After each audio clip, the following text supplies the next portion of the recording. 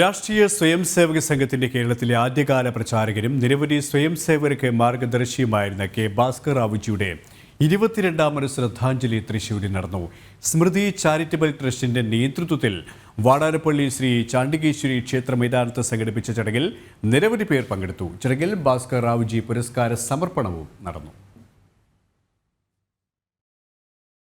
കേരളത്തിന്റെ doctor G എന്നറിയപ്പെടുന്ന ആദ്യകാല പ്രചാരകനാണ് കെ ഭാസ്കർ റാവുജി.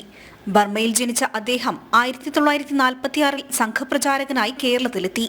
സംഘപ്രവർത്തനത്തിലൂടെ സമാജത്തിന് മാർഗദർശിയായ അദ്ദേഹം വനവാസി കല്യാൺ ആശ്രമത്തിന്റെ അഖില ഭാരതീയ സംഘടനാ കാര്യദർശി കൂടിയായിരുന്നു.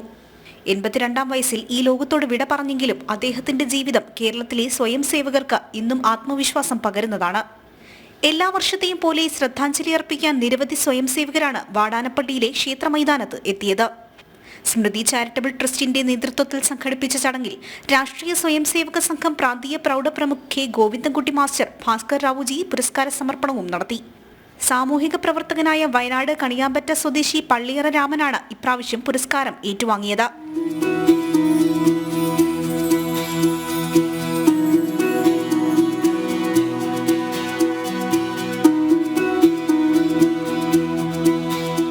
ചടങ്ങിൽ ഭാസ്കർ റാവുജിയെക്കുറിച്ചുള്ള അനുഭവങ്ങളും അദ്ദേഹത്തിന്റെ ഓർമ്മകളും മുതിർന്ന സ്വയം സേവകർ പങ്കുവച്ചു.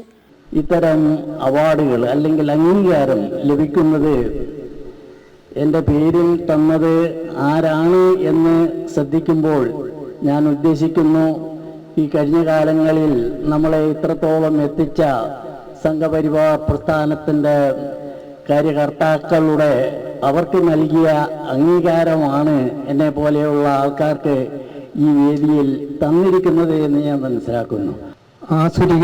ആസുരികതയിലേക്ക് കൂപ്പുകുത്തി വീണുകൊണ്ടിരുന്ന കേരളത്തിലെ യുവസമൂഹത്തെ ആത്മീയ ഔന്നത്യത്തിലേക്ക് കൈപിടിച്ചുയർത്തിയ ഒരു മഹൽ വ്യക്തിയാണ് സ്വർഗീയ ഭാസ്കർ റാവുജി. കൃഷ്ണൻ തയ്യമ്പിള്ളി അധ്യക്ഷനായ ചടങ്ങിൽ സ്മൃതി ചാരിറ്റബിൾ ട്രസ്റ്റ് രക്ഷാധികാരി VN ഗോപിനാഥ്, മുൻ പ്രചാരകന്മാരായ PV ചന്ദ്രബാബു, K വരദരാജൻ, ഹരി വയനാട് തുടങ്ങിയവർ സംസാരിച്ചു. ജനം, തൃശൂർ.